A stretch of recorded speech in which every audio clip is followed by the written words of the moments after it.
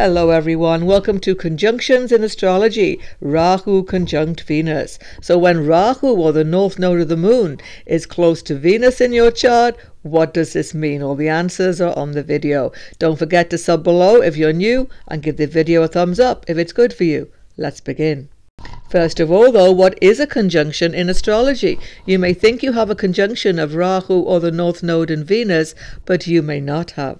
A conjunction in the ancient Vedic system is about planets being in the same sign together, because a sign equals a house. So, if two or more planets are in the same sign, no matter how far apart they are by degree, they are in conjunction.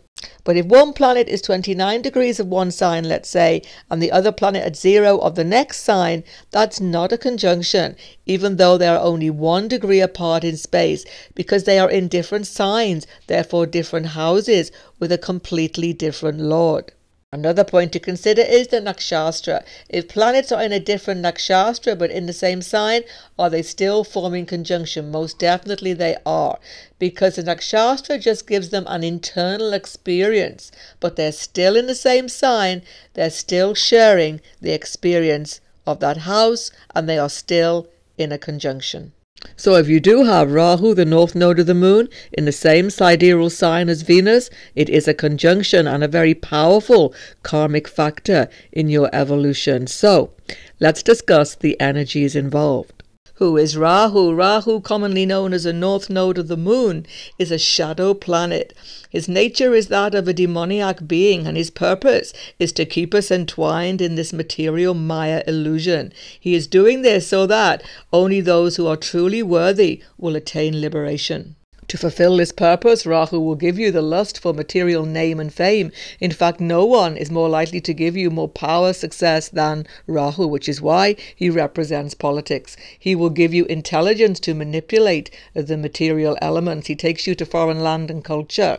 With this high intelligence, you will also be prone to disguise, cheating, gambling, recklessness, cunning and harsh speech, and all forms of deception. Worst case, he rules suicidal tendency, great fears, obsession, and drug addiction. He also represents all non-human beings, animals on this planet. Therefore, it's very important to have high ethics in connection with these beings to avoid the wrath of Rahu. And who then is Venus? Venus is known as Sukra in the Vedic system. He is the entity empowered to give us all the enjoyments and luxuries of this material existence, all the pleasures, in fact, of material life. He represents clothes, ornaments, arts, beauty, and all sorts of entertainment. He brings us together in deep, intimate bonds with other human beings.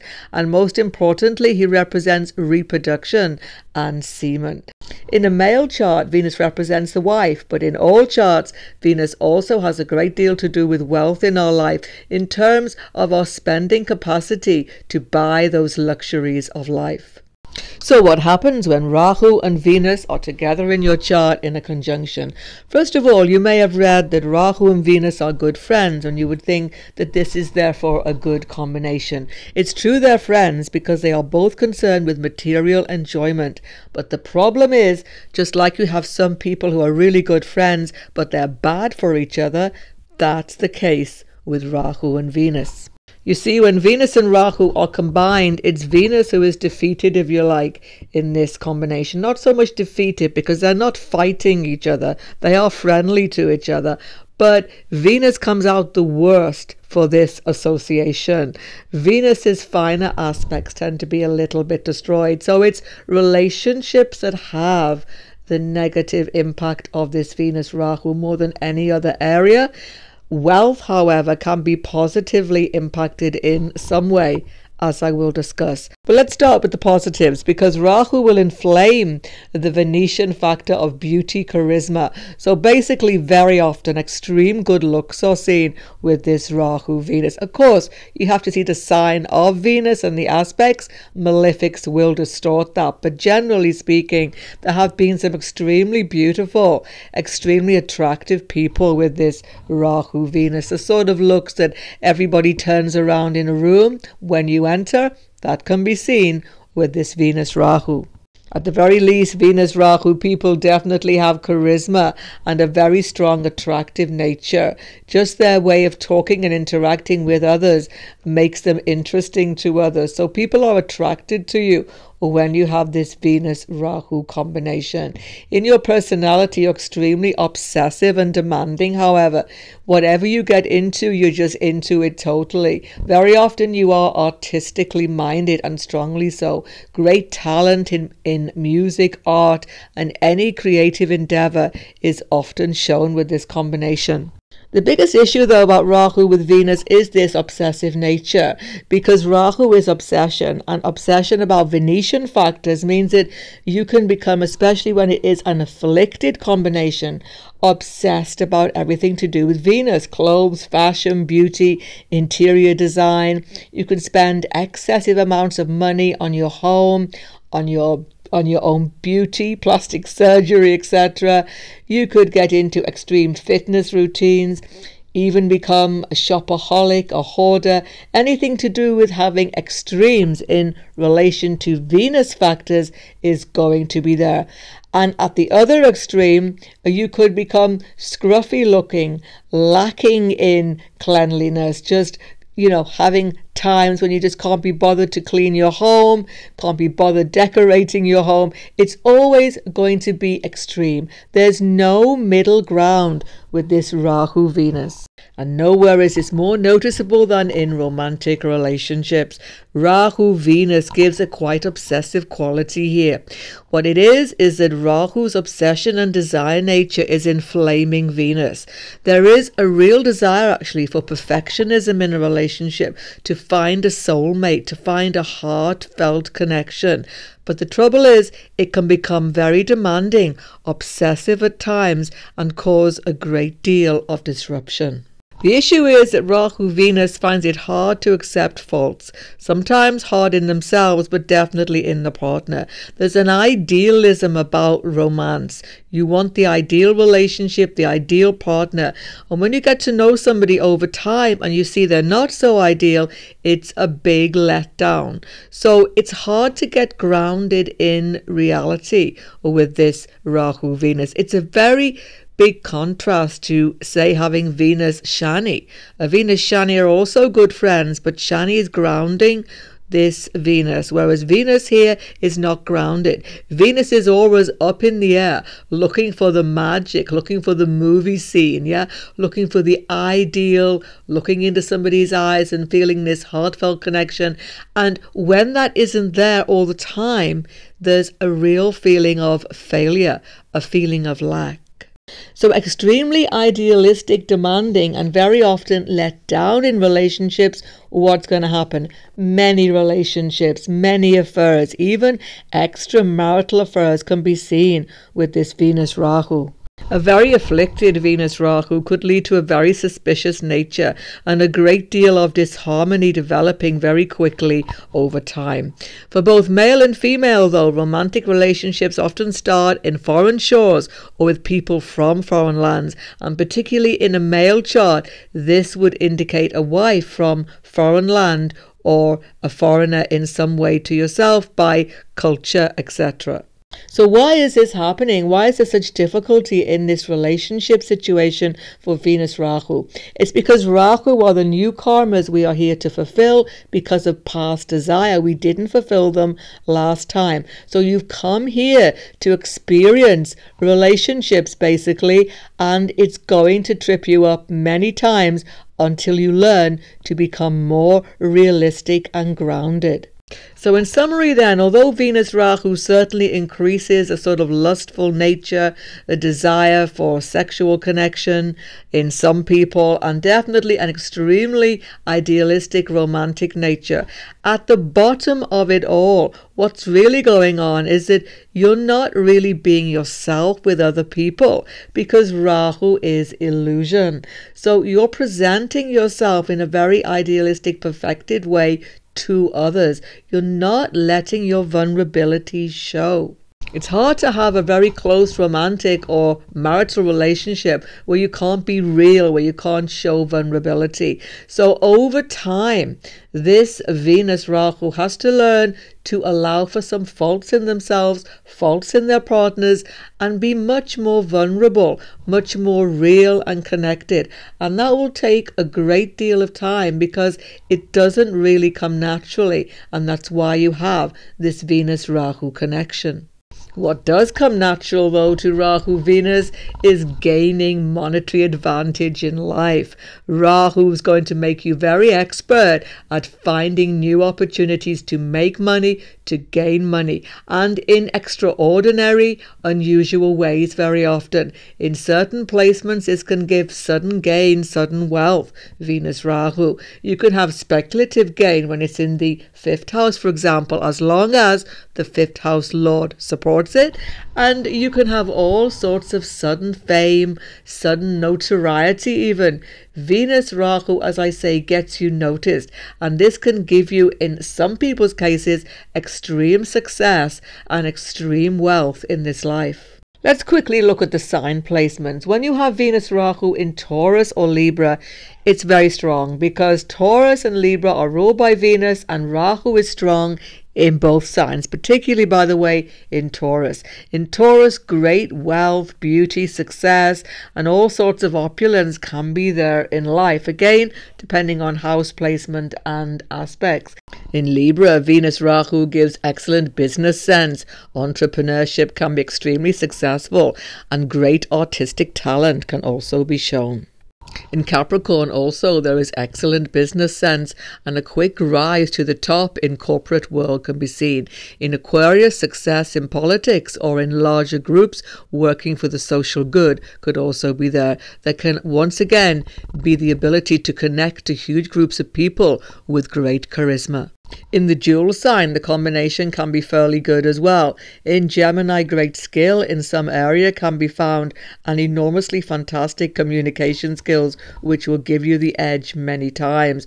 But it's going to lend you to many relationships, most likely.